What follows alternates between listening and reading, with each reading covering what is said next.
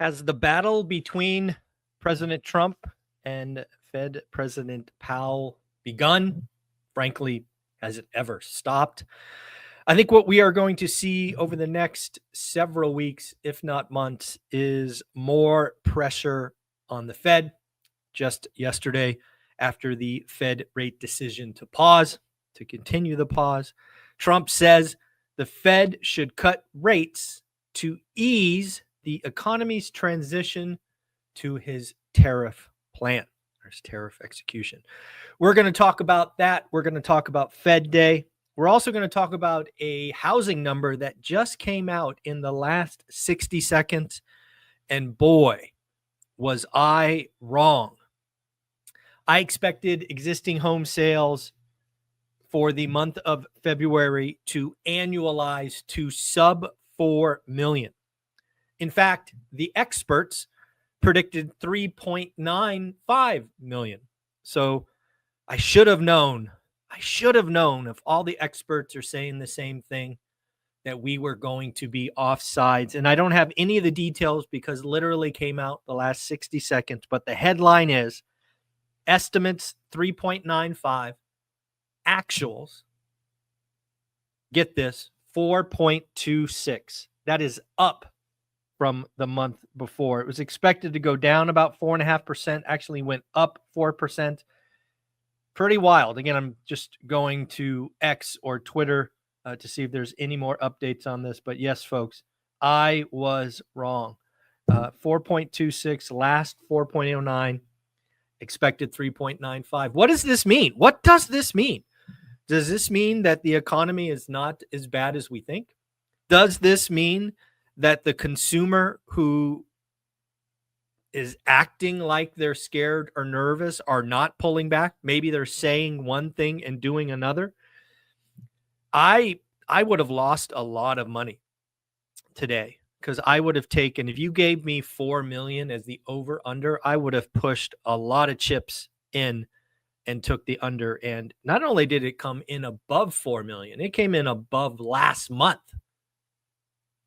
What? Crazy. So I don't know. It's definitely something I will dig into some more. But I just want to let you know that existing home sales, maybe the consumer is okay. I don't know. 4.26 is a lot better than 4 million. Well, let's get into the Fed Day. Let's talk about what the Fed said. We'll also relate it to President Trump as well. But when I look at first off, obviously the rate decision was a layup, right? They paused, no rate hike, no rate cut.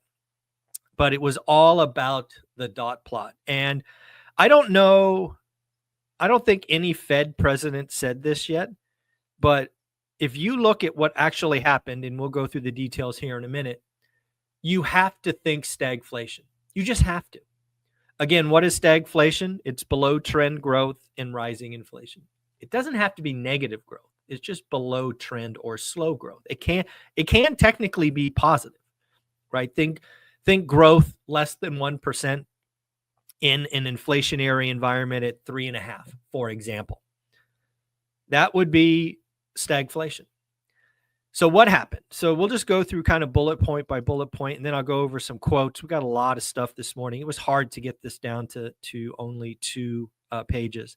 First, rates were unchanged. Second, the Fed president said uncertainty around the economy has increased. I think that's more than fair to say.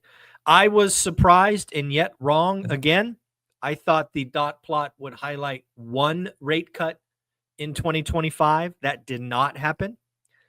They stayed put with their 2 rate cuts in 2025. So again, and something I was wrong about. They did slow their balance sheet runoff, which, is what it is. They reduced GDP for 2025, and they raised inflation, PCE inflation. And they raised the unemployment rate, right? Unemployment rate expectation. So lower growth, higher inflation, more unemployment. Seems stagflation-y to me. I think we might see in the next 90 days to 180 days, what's the Fed going to do? again, we don't know what's coming with these tariffs. We don't know what's coming with unemployment, but let's just play a game together. Let's say the Fed in June is left in an environment where inflation is rising and unemployment is rising and GDP is shrinking. And as we've said for a while, stagflation is the boogeyman because the Fed's tools cannot fight a weakening economy and rising inflation. It's not built that way. Stagflation is the boogeyman. The Fed would want a recession 100% of the time over stagflation.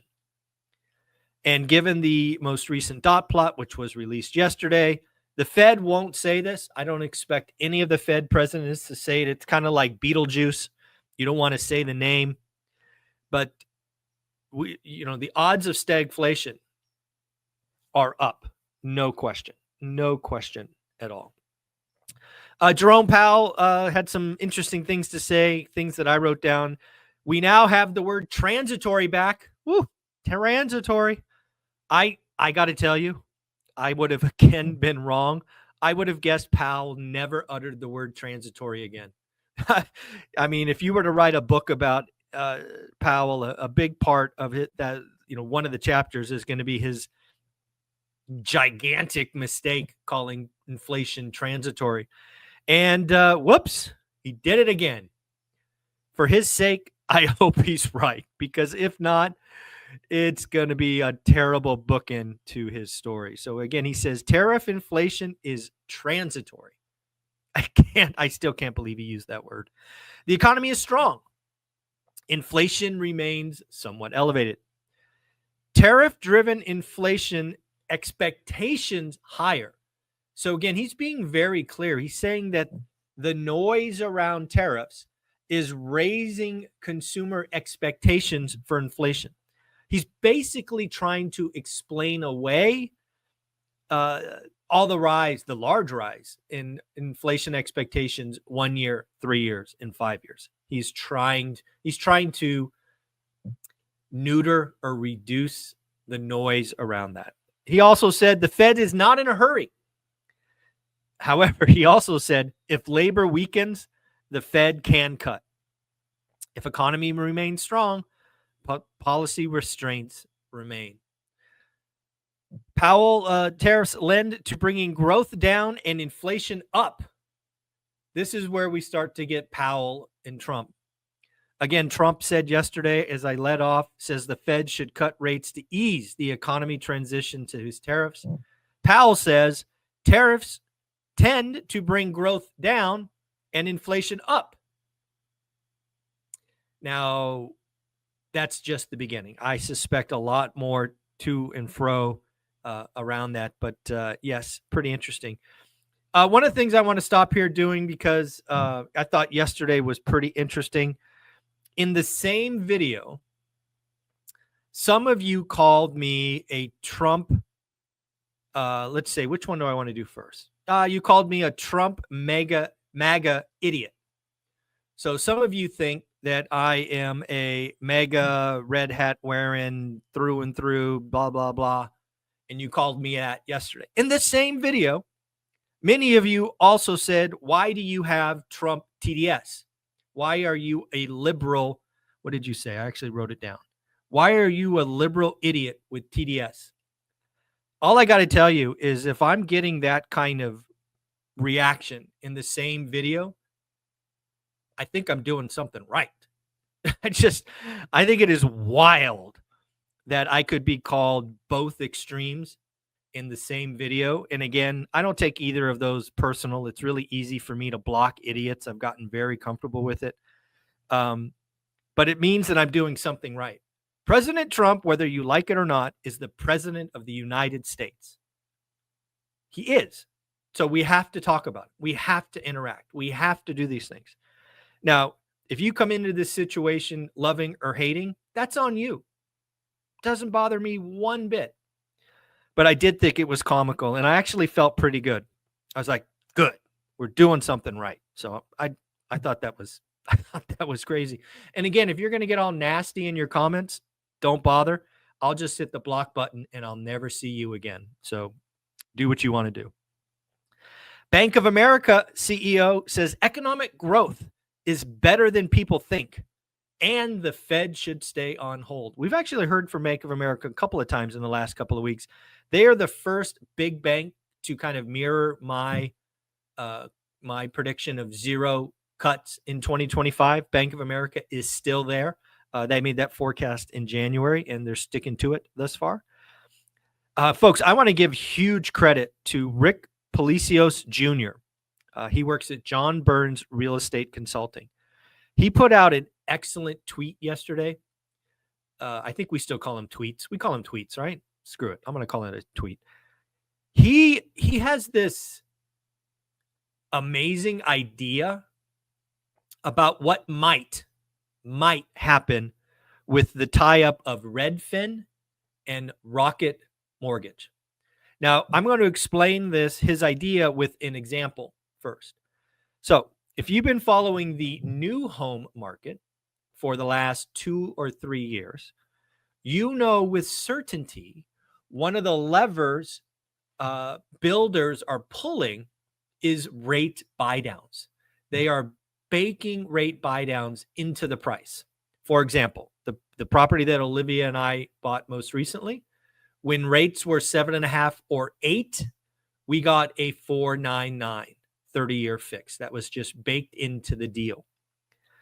Rick Palacios Jr. says, wouldn't it be easy or interesting for a Redfin and Rocket Mortgage to do the same kind of thing for existing home sales?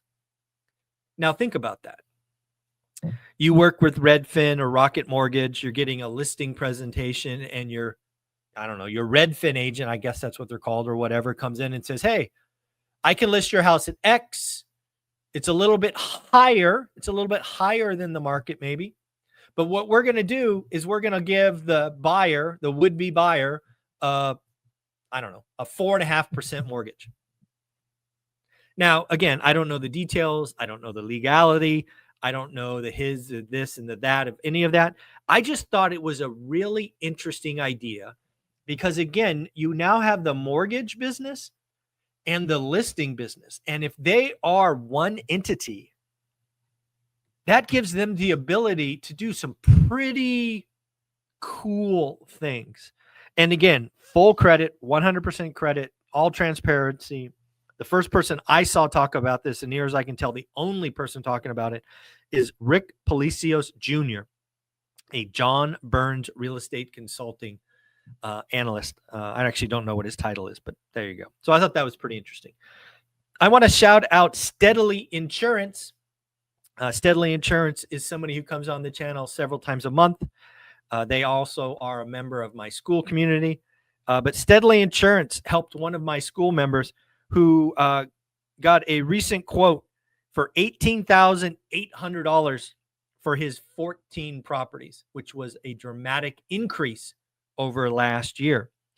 After working with Steadily Insurance for, I guess, probably several weeks, Steadily Insurance came back with a quote of $10,800. So, folks, that is an $8,000 savings. Now, it doesn't work. Lots of you out there have reached out to Steadily and said, hey, can you help me? And the quote came back higher. That's okay. You can't win every game. But it does look like Steadily Insurance, given on the communications I see in my community, is increasingly being the cheaper option. A lot of insurance companies are raising rates. Steadily Insurance is increasingly coming through. One of the things, they have a link or whatever for ORAT folks. I'll put it in the show notes. But yes, Steadily Insurance is coming through. Something I want to do Sunday morning. I haven't done this in a while. I was a little focused on my event, then obviously off to Asia for 3 weeks, is I'm going to do a live stream in my school community where you can come ask me any and all questions. We will go live Sunday morning at 8 a.m. I will put the Zoom link in right after this is over. But I'd love to hear from you. I'd love to talk with you again. We can talk about anything you want. We can talk real estate, economy, travel, family. I am down to talk anything you want. You do have to be a school member. It will be on the calendar, 8 a.m. Pacific. I look forward to seeing you there. So again, join. What else? We got Darden restaurants. Again, we heard in the retail sales report on Monday that restaurants is down again. Well, Darden restaurants validated that. Sales disappoint. Olive Garden and Longhorn Steakhouse specifically missed expectations. Wells Fargo is out saying 4.2 million existing home sales for 2025. Redfin was 4.1, I think. And I'm below 4 million. But again, as we started off the show, existing home sales for February coming in at 4.26 does not make my forecast look good. We'll see what happens in March. But yeah, that number, that's a big beat. We have to ask maybe why. We got the Philadelphia Manufacturing Index. It was positive, better than expected, but worse than last month. Last month was 18.1, expected to be 9, actually came in at 12.5. So again, manufacturing still growing in the Philadelphia area. Very different than the New York, right? The Empire State Manufacturing was ugly. I think it was negative 20. Philadelphia, positive 12. It's Thursday, so we got weekly initial claims. Last month was 221, expected 224, came in at 223. So we are still kind of at that, sideways, no concern yet, no big blow up. Back to President Trump and Jerome Powell battling it out. Again, President Trump just said, hey, Fed cut rates, help me out. As you and I have talked many times, the Fed does not control the 10-year note. However, the 10-year note is down big today. The 10-year note is down under 4.2. Let's see if I can pull it up quickly. I think it was 4.18 last time I checked. Let's see. Usually can do this pretty quickly. Oh, so now it's 4.2. So it's down 5 basis points, which is a decent move for a single day. So again, the 10-year note is down. What does that mean? Does that mean they see an economic slowdown? Maybe. Does that mean that they think DOGE and tariffs will work? Maybe. Don't know. Again, we've already had the Fed lower rates 4 times, right? We had 100 basis points come off and rates are up. But something's happening in the 10-year note for sure. It's coming down. Is it a fear trade? Don't know. What else do we got for you? Nick Timiraos from the Wall Street Journal, often called a Fed insider or a Fed Nicky Leaks, I think Kevin calls him. The bar for rate cuts has gone up as inflation expectations have risen from 2.2 to 2.5 to now 2.8. Think about that, folks. Inflation expectations in the last 90 days have gone from 2.2 to 2.8. Now, again, Jerome Powell is saying, guys, don't worry about it. Inflation expectations don't matter. Inflation's it's transitory. I can't believe he said transitory. Oh, I think that is so funny. He should have had a different word ready, but he didn't. Anything else I want to talk about? No, I think that's it. Again, folks, if you are part of the school community, I will put in a Zoom link right away to talk with you Sunday morning, 8 a.m. Pacific. I hope to see you there. If you want to be there and you're not a part of school, 67 pennies a day gets you in. I'd love to talk to you. Have fun. Take care. Later.